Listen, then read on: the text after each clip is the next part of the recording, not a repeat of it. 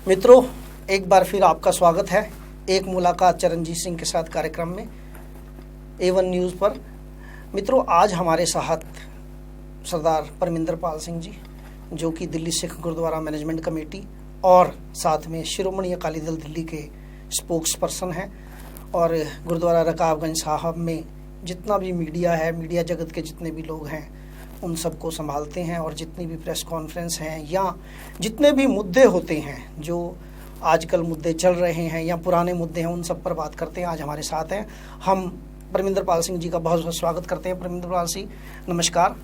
परमिंदर पाल सिंह जी, आने वाले कुछ समय में जैसे कि जनवरी 2017 में चुनाव आने वाले हैं, आपको याद होगा उससे पहले जब शिरोमणि अकाली दल दिल्ली ने बहुत भारी बहुमत से विजय प्राप्त करी थी दिल्ली में, एक आंधी सी आई थी जिससे सभी लोग जीतते चले गए और केवल विपक्षी दल को 7 या 8 सीटों पर संतोष करना पड़ा। तो क्या कहना चाहेंगे, उस समय का जो परिवेश था और आज के परिवेश में कितना फर्क आ चुका है? ऐसा है कि जो वो परिवेश था वो अभी भी कायम है और जब जनवरी 2017 में या फरवरी में जब भी इलेक्शन होंगे और श्रोमणी अकाली दल निश्चित तौर पर इस बार भी उसी तरह सफलता प्राप्त करेगा, क्योंकि पिछले जो 3.5 साल के दौरान जो हमने काम किए हैं, चाहे वो धर्म प्रचार के हों, शिक्षा के क्षेत्र में हो या किसी भी तरीके से इतिहास को संभाल के सामने लाने के हो, उन कामों को मान्यता मिली है। दिल्ली की संगत ने ही नहीं, उसको संसार भर से दिल्ली गुरुद्वारा कमेटी के पक्ष में एक अच्छी बात ये आई है कि लोगों ने ये यहाँ तक कहना शुरू कर दिया कि जो काम कोई गुरुद्वारा कमेटी नहीं कर पाई उसको दिल्ली गुरुद्वारा कमेटी ने करने का काम किया। चाहे वो लाल किले पर दिल्ली फतेह दिवस बनाने की बात हो, कुतुब मीनार पर बाबा बंदा सिंह बहादुर का अपना 300 साला शहीदी दिवस मनाने की बात हो, तो दिल्ली गुरुद्वारा कमेटी ने एक वो मुकाम तैयार कर दिया है जिसका मुकाबला करना आने वाली कमेटियों के बस की बात नहीं रहेगा। जितनी मेहनत की है और जिस तरीके से शिक्षा के क्षेत्र में ना केवल शिक्षा के स्तर को उठाया है, बल्कि जो नाजायज और नालायक भर्ती पिछले प्रबंधकों द्वारा की गई थी उसको तो रखा है। वो तो क्योंकि मजबूरी है, कानूनन हम उसको हटा नहीं सकते, लेकिन कोई भी एक भी नई भर्ती किसी स्कूल में नहीं की। उसके साथ ही हमारे करीबन इस समय 9 स्कूलों को माइनॉरिटी स्टेटस मिल चुका है। 4 कॉलेजों को जो DU के अंडर है, 4 कॉलेजों को माइनॉरिटी स्टेटस मिल चुका है। और सबसे बड़ी खुशी की बात है कि इस बारी जो एडमिशन हो रहे हैं अंडर ग्रेजुएट कोर्सेज में, उसमें 50% सीट जो है सिख बच्चों के लिए रिजर्व है। और अभी जो कट ऑफ चल रही है, अभी 3rd कट ऑफ तक हम जो बच्चों को कट ऑफ के अंडर भी 5% की रियायत जो सिख बच्चों को दे रहे हैं। तो एक बड़ी लंबी जो लड़ाई हमने पिछले समय से लड़ी हुई, मतलब अटकी हुई थी कोर्ट कचहरी में, वो निकल के कौम के फायदे में आ रही है। अब हमारे बच्चों को आधी सीटें सिर्फ माइनॉरिटी सिख होने के कारण मिल रही है। ये एक बड़ी जो अचीवमेंट है इस कमेटी की, जिसे हम ठुकरा नहीं सकते। जी परमिंदर पाल सिंह जी, इसके अलावा जो 84 का एक आप बनाने जा रहे हैं, उसके बारे में भी हमारे दर्शकों को बताएं। जी, हम जो है इसके लिए 84 जो हमारी सिख जेनोसाइड हुआ था, उसमें हमने बहुत कोशिशें की पिछले 32 सालों के दौरान कि हमें कहीं से कोई सरकार 2 गज जमीन दे दे, पर ये बहुत दुर्भाग्य की बात है। चाहे सरकार वो कांग्रेस की रही, बीजेपी की रही या किसी की भी रही, किसी ने भी हमारे को इस मेमोरियल के लिए 2 गज जमीन देना उचित नहीं समझा। जब 2012 में हमने एक पार्क का नाम पंजाबी बाग में इसके सिख जेनोसाइड के ऊपर रखने की बात की, तब भी शीला दीक्षित ने कार्यक्रम को दिल्ली पुलिस से ऑर्डर करवा कर रुकवा दिया और अब हमने मजबूरी में अपने गुरुद्वारा प्रेमिसेस में, गुरुद्वारा रकाबगंज साहब में मेमोरियल तैयार किया है। और हमें उम्मीद है कि हम नवंबर 1984 में का जो ये बड़ा अपना जो हमारे साथ दुखदाई घटना हुई थी, उसको हम नवंबर 2016 में उस मेमोरियल को एक ट्रुथ ऑफ वॉल की तरह बनाया है, जो हमने वो दिखाएंगे और वो सच की दीवार लोगों के सामने आएगी। सबसे बड़ी बात है, जो सरकारें जो भी रही हैं उन लोगों ने हमारा साथ नहीं दिया, पर हमने एक ऐसा मेमोरियल तैयार कर दिया है जो बिल्कुल संसद भवन के सामने है और देश विदेश से आने वाले पर्यटकों को इस बात का एहसास कराता रहेगा उम्र भर, और आने वाली बच्चों को, पीढ़ियों को भी ये बताता रहेगा कि हमारे 1984 में क्या हुआ। वो एक जीता जागता उदाहरण बन चुका है और वो नवंबर में हम उसको लोकार्पण उसका कर देंगे। बाबा बंदा सिंह बहादुर जी का जो आप यादगार बनाने जा रहे हैं कुतुब मीनार के पास में, क्या उसकी जमीन अभी पूरी तरह आपको मिल चुकी है या उस पर अभी कुछ देर है? नहीं, वो जमीन हमारे पास है। वो पार्क हमें DDA से मिला है, 7.5 एकड़ का पार्क है और इस पार्क को हम विकसित कर रहे हैं।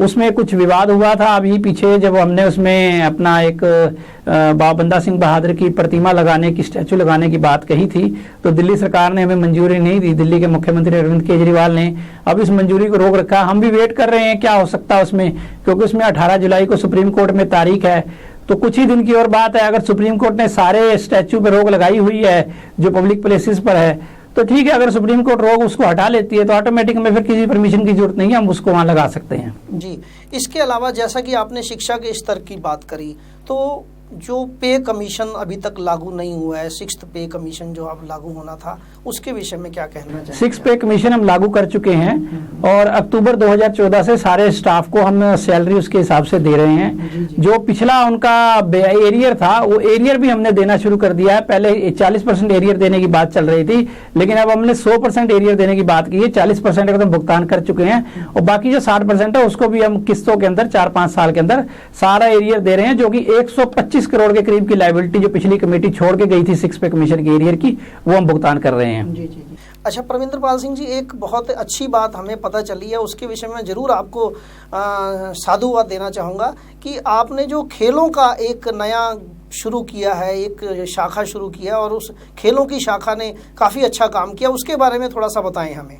ऐसा है, ये पहली बार हुआ दिल्ली कमेटी के इतिहास में कि हमारे बच्चे गुरु हरकृष्ण पब्लिक स्कूलों के और खालसा कॉलेजों के बच्चे जो पहली बारी नेशनल गेम्स में, स्कूल्स गेम्स में गए हैं और नेशनल गेम्स में जाके मेडल लेकर आए हैं, स्टेट गेम्स में गए हैं। और ये पहली बार हो रहा है सारा काम कि हमने जो स्पोर्ट्स को एक इनिशिएटिव लिया प्रधान साहब ने उसको ऊपर उठाने का, उसी का ये नतीजा है कि आज हमारे स्कूलों से एक में खिलाड़ी पैदा हो रहे हैं। हमने इस बार बाबा बंदा सिंह की जो अभी ये 3री शहीदी शताब्दी मनाई है, इसमें एक मैराथन का भी हमने आयोजन किया था गुरुद्वारा काबगंज साहब से अपना इंडिया गेट से, उसको एक बहुत बड़ा उत्साह लोगों ने दिया है और उसमें सब धर्म जात नस्ल के लोग बिना किसी भेदभाव के एक सच्ची सुच्ची मानवता को सामने रख के उसमें आगे आए थे।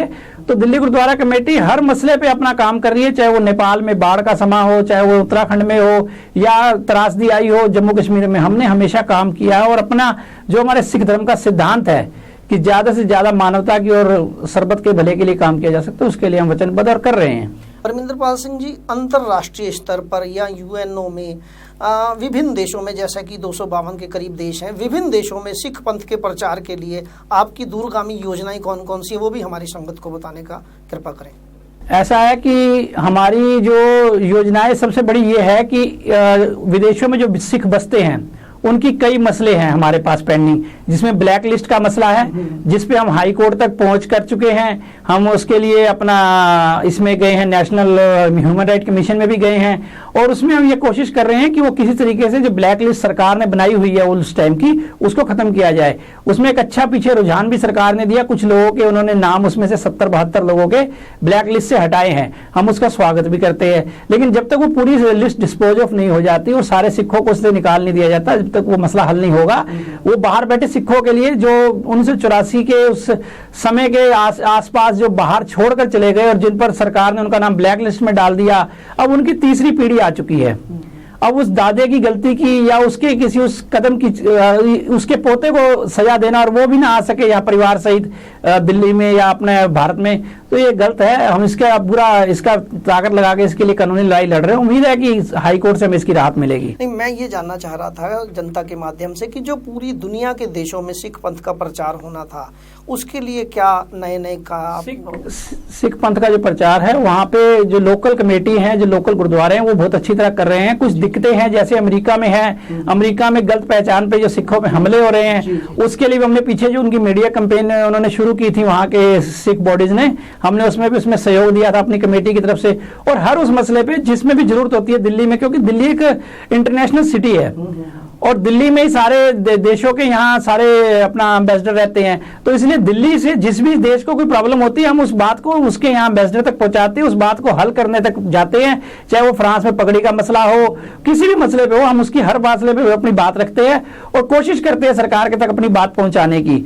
और इसलिए हम ये कह सकते हैं कि हम डायरेक्ट जाके तो वहां प्रचार नहीं कर सकते हैं, लेकिन जो उनको इनडायरेक्ट हम मदद कर सकते हैं वो हम पूरी यहाँ करते हैं और करने की कोशिश करते हैं। परमिंदर पाल सिंह जी, कई जगह पर ये जो डेरावाद बाबावाद की वजह से सिख पंथ को बहुत नुकसान हो रहा है। लोग टेंट लगाकर और कई तरह के कार्यक्रम करके और उस गुरबाणी का इस्तेमाल करके, गुरबाणी का इस्तेमाल शब्द मैं यूज़ कर रहा हूँ, मैं माफ़ी चाहता हूँ संगत से, कि गुरबाणी का इस्तेमाल करके वो लोग अपने धंधे को चमकाने का प्रयास कर रहे हैं। इस तरह की बहुत सारी शिकायतें आती रहती हैं। दिल्ली में ही कई ऐसी छोटी कॉलोनी है जैसे ख्याला, विष्णु गार्डन, तिलक नगर, यहाँ पर टेंट लगाकर लोगों को भ्रमों में डाल रहे हैं। उसके विषय में दिल्ली कमेटी कुछ करने का प्रयास कर रही है क्या? ऐसा है कि जो श्री अकाल तख्त साहिब पंथ प्रमाणित मर्यादा है उसमें कहीं भी किसी डेरावाद को कोई स्थान नहीं है।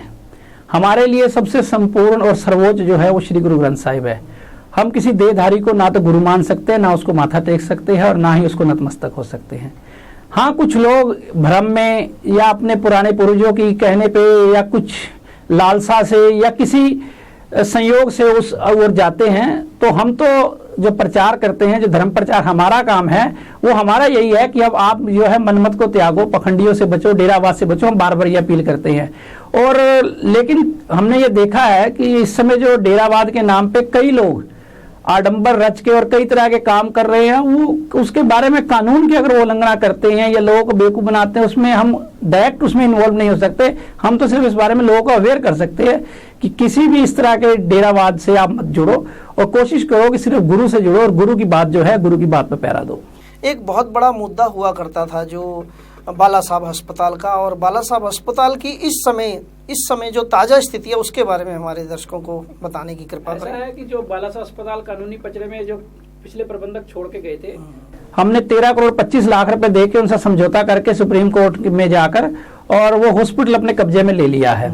अब रह गई ये बात उसकी बिल्डिंग में से जो झाड़ियां उगाई थी, जो उसकी बेसमेंट में पानी भरा था, बिल्डिंग खंडर हो चुकी थी, उसकी सारी रिपेयरिंग के लिए प्रधान साहब की कई बार मीटिंगें हो चुकी हैं इंजीनियरों से, और उसमें जो भी सुधार की गुंजाइश है वो कर रहे हैं। अब उस हॉस्पिटल को शुरू करने के लिए एक बहुत बड़ा मतलब जो है एक इंफ्रास्ट्रक्चर जो तैयार करने के लिए बहुत बड़े पैसे की जरूरत है, और उसी के तरीके को ढूंढ रहे हैं कि किस तरीके से उसको ओपन किया जाए, क्योंकि वो खाली हॉस्पिटल ही नहीं है, वो एक 400 बेड का मेडिकल कॉलेज भी है। तो मेडिकल कॉलेज प्लस हॉस्पिटल को बातों से चालू नहीं किया जा सकता, उसके लिए बहुत जरूरी फंड चाहिए, और हम उस दिशा में लगे हुए हैं कि किसी तरीके से इसको हम स्टेप वाइज तैयार करके चालू कर ले। और उम्मीद है कि ये 2-4 महीने के अंदर हम उसका काम ये आपके संगतों के सामने आ जाएगा, शुरू हो जाएगा वो। परमिंदर पाल सिंह जी, एक पीछे दिनों पे जैसे भ्रम फैलाने के लिए बहुत बड़े एक ऐसे गुरु ग्रंथ साहब जी महाराज को यहाँ पर उनकी बेदबी करके एक मुद्दा उछाला गया। ये मुद्दा क्या राजनीति से प्रेरित नहीं था? और अगर राजनीति से ये प्रेरित था तो इसका जो हश्र हुआ उसकी वजह से क्या पंथ का नुकसान तो नहीं हुआ? इस बारे में आप क्या कहना चाहेंगे? देखो, बेदबी किसी भी धर्म ग्रंथ की हो वो गलत है, उसको कोई भी धर्म बर्दाश्त नहीं करता, ना ही ऐसे किसी बेदबी को कोई स्वीकार करेगा। अभी कुरान शरीफ की बेदबी का जो मलेरकोटले मसला आया था, उसमें आम आदमी पार्टी के विधायक जो है अपना सामने उसमें फंसते हुए नजर आ रहे हैं। अब इसी तरीके से ये कड़ियां जुड़ रही हैं, क्या मसला है क्या नहीं है। जो गुरु ग्रंथ साहब की बेदबी हुई उसे कोई सिख बर्दाश्त नहीं कर सकता है, लेकिन गुरु ग्रंथ साहब की बेदबी के असली दोषी अभी भी गिरफ्त में आने बाकी है, इस बात का हमें अफसोस है। उस बारे में पंजाब सरकार ने काफी कोशिशें की हैं, चाहे उसके लिए उन्होंने कमीशन बनाए हों और चाहे उसके लिए सीबीआई इंक्वायरी की बात हो, कोशिशें काफी हुई हैं, लेकिन ये एक योजनाबद्ध तरीके से किया गया एक षड्यंत्र था पंजाब की एकता, अखंडता और भाईचारे को खत्म करने का। और लोगों ने इस बात को समझना शुरू कर दिया, कुरान शरीफ की बेअदबी का मसला सामने आने से जो एक राजनीतिक षड्यंत्र की जो बू आ रही है, उससे लगता है कि कहीं ना कहीं कि गुरु ग्रंथ साहब की बेअदबी में भी कोई षड्यंत्र हो सकता है। अभी हम उस निष्कर्ष पर नहीं पहुंच सकते क्योंकि वो पुलिस और सीआईए जांच कर रही है, और बेहतर ये होगा कि हम उनको अपने काम करने दें, और उम्मीद है कि उसका जो भी नतीजा आएगा लोगों के सामने जल्दी आ जाएगा। मतलब ये मान के चलें कि इसमें ऐसा हो सकता है कि राजनीति से प्रेरित रही हो ये सारी चीजें, ऐसा मान सकते हैं हम?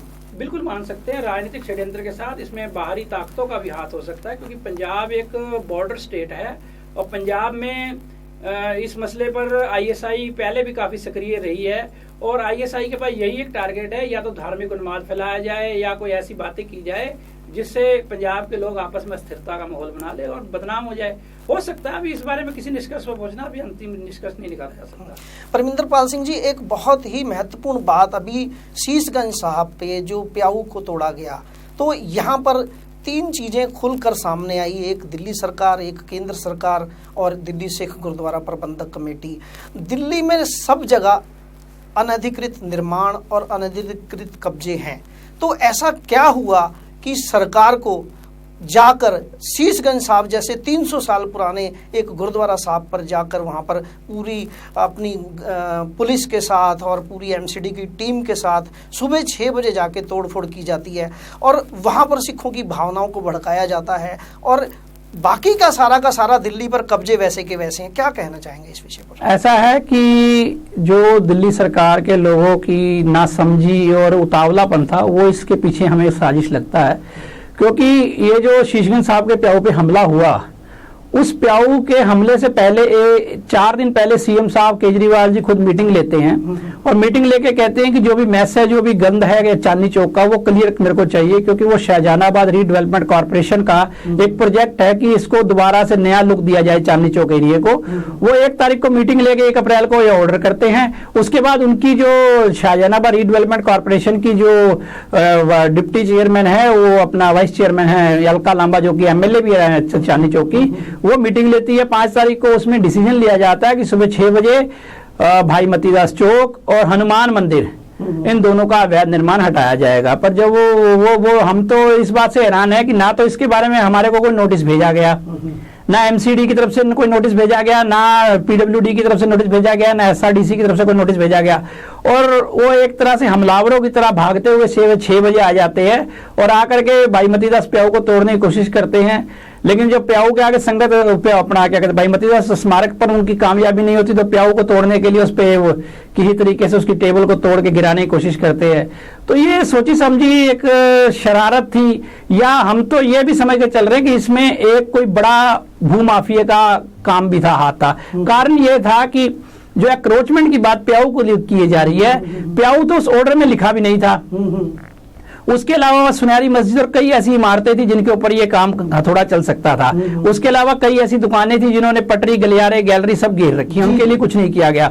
हमें ये लगता है कि वो जानबूझ के वो जानते थे कि सिख बहुत इस मसले को बर्दाश्त नहीं करेंगे, तो सबसे पहले सिखों के स्थान पर हमला किया जाए। जब सिख भड़क जाएंगे तो ऑटोमेटिक पुलिस भाग जाएगी और पुलिस जब इधर उधर हो जाएगी, कानून व्यवस्था का मसला बन जाएगा, तो बाकी लोग ऑटोमेटिक बच जाएंगे। अब मेरा एक सवाल है कि ये बात अप्रैल की है, अब जुलाई चल रहा है, हमारा मसला तो कोर्ट में है और हमने उसके लिए सारा कुछ प्रूफ दे दिया और कोर्ट उस मसले से हमारे संतुष्ट है।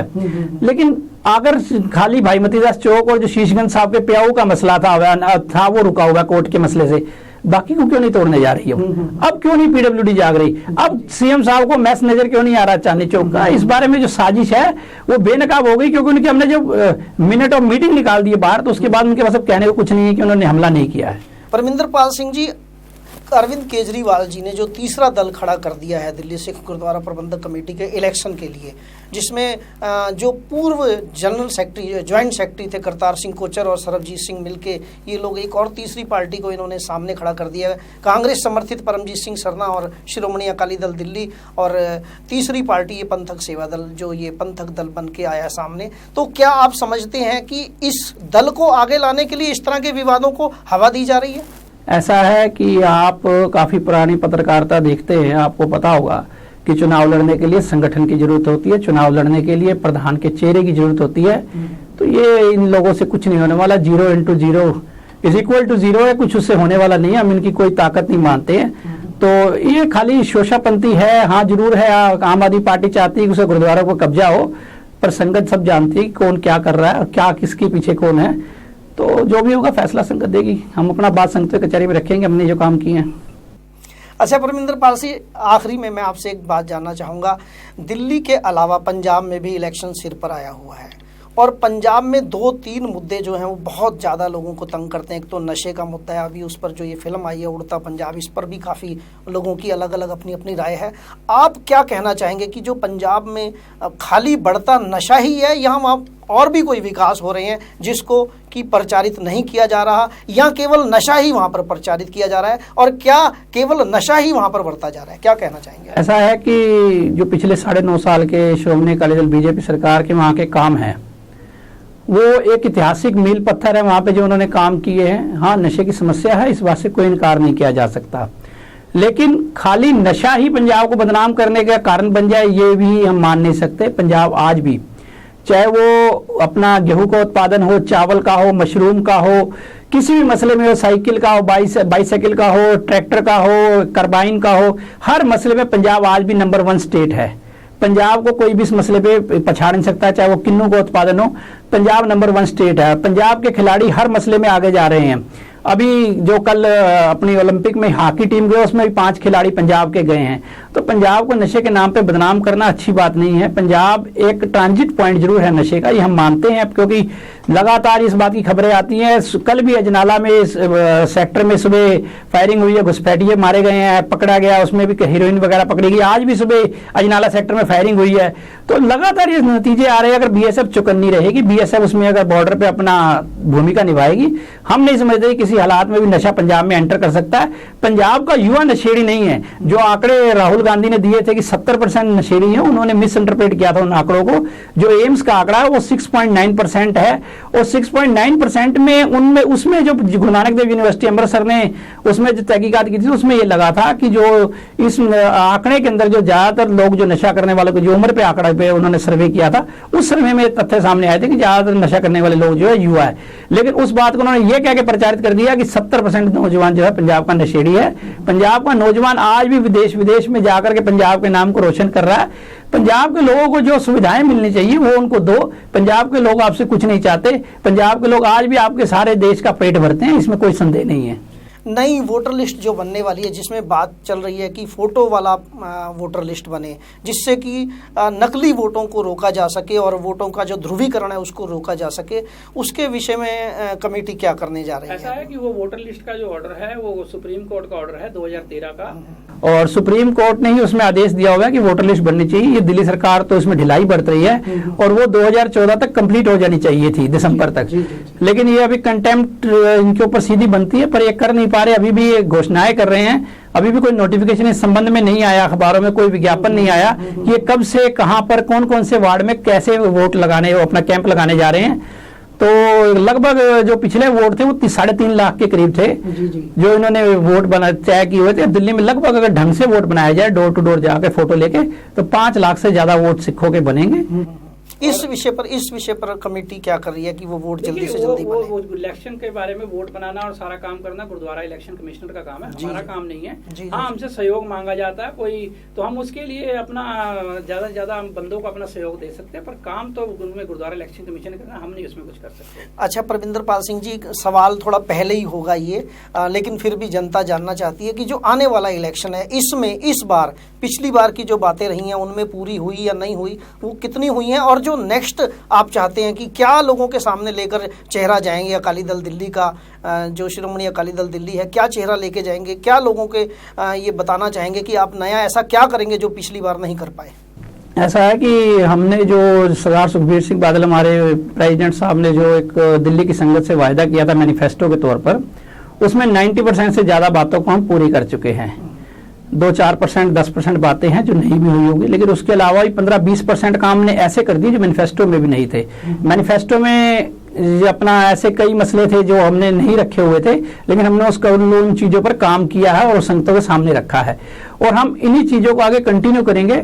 हमारा प्रोसेस है कि हम दिल्ली में एक यूनिवर्सिटी लेके आए, हमारा प्रोसेस में ये है कि हम दिल्ली में कॉलेजों की संख्या बढ़ाए, हमारे सोच में ये है कि हम दिल्ली में और स्कूल नए खोले, और उसी प्रोसेस में हम लगे हुए हैं कि गुरुद्वारों का तो काम बहुत हो चुका है, सुंदरीकरण का, सोने लगाने का सब कुछ हो चुका है, और हम उसके बिल्कुल सख्त विरोधी हैं कि सोना ना लगाया जाए। पर कई बार संगतों की मंशा होती है, संगतें खुद कहती हैं कि हम सेवा करना चाहते हैं, हमें करने दो, तो उसमें कमेटियां फिर असहाय हो जाती, कुछ नहीं कर पाती है। लेकिन हमारा पहला प्राइम जो एजेंडा है वो एजुकेशन है, और पहले भी था और अगले भी अगर हम आएंगे तो उसी को एजेंडे को आगे बढ़ाएंगे, इसके अलावा कुछ नहीं। परमिंदर पाल सिंह जी, आपने समय दिया, आपका बहुत बहुत धन्यवाद। मुद्दे बहुत सारे हैं, बहुत सारे नेगेटिव मुद्दे हैं, बहुत सारे पॉजिटिव बातें हैं, लेकिन जो चीज आगे बढ़ती चली जाए विकास होता चला जाता है। तो हम दोबारा इसी प्रकार दिल्ली सिख गुरुद्वारा मैनेजमेंट कमेटी के विभिन्न मेंबरों से, प्रधान साहब से, जनरल सेक्रेटरी साहब से, मनजिंदर सिंह सिरसा जी से, मनजीत सिंह जीके जी से और परमजीत सिंह राणा और भी जो भी जिम्मेदार, सतपाल सिंह जी या जितने भी जिम्मेदार व्यक्ति हैं उनको यहाँ पर बुलाकर आपके सामने उनसे आपके सवाल पूछेंगे और जानेंगे कि सच्चाई क्या है, और कोशिश करेंगे कि जनता को, सिख जनता को जो वो चाहते हैं, जो उनकी आकांक्षाएं हैं वो पूरी कैसे हो सकती हैं। इसी प्रकार हम इस प्रोग्राम में सबको बुलाते रहेंगे। आप सभी का बहुत बहुत धन्यवाद। एक बार फिर चरणजीत सिंह, आपका धन्यवाद करता हूं मैं, और आगे भी निवेदन करूंगा कि इसी प्रकार आप अपना सहयोग हमें प्रदान करते रहें। आपके यहाँ आने का बहुत बहुत धन्यवाद। नमस्कार।